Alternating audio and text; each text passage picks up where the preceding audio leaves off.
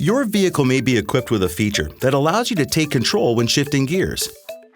It's called manual mode with select shift capability and gives you the freedom to manually shift gears as you desire. Let me explain. To engage manual mode, once the vehicle is started and in drive, all you need to do is press the M button in the center of the rotary dial shift knob.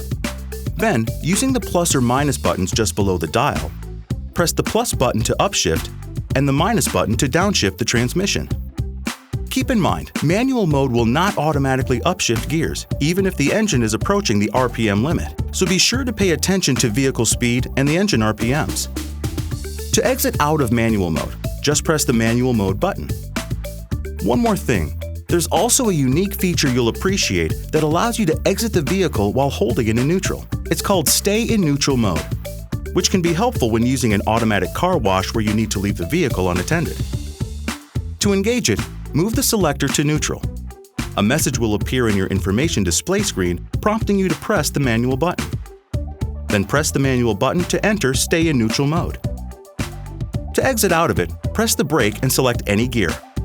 Any questions? Go to owner.ford.com.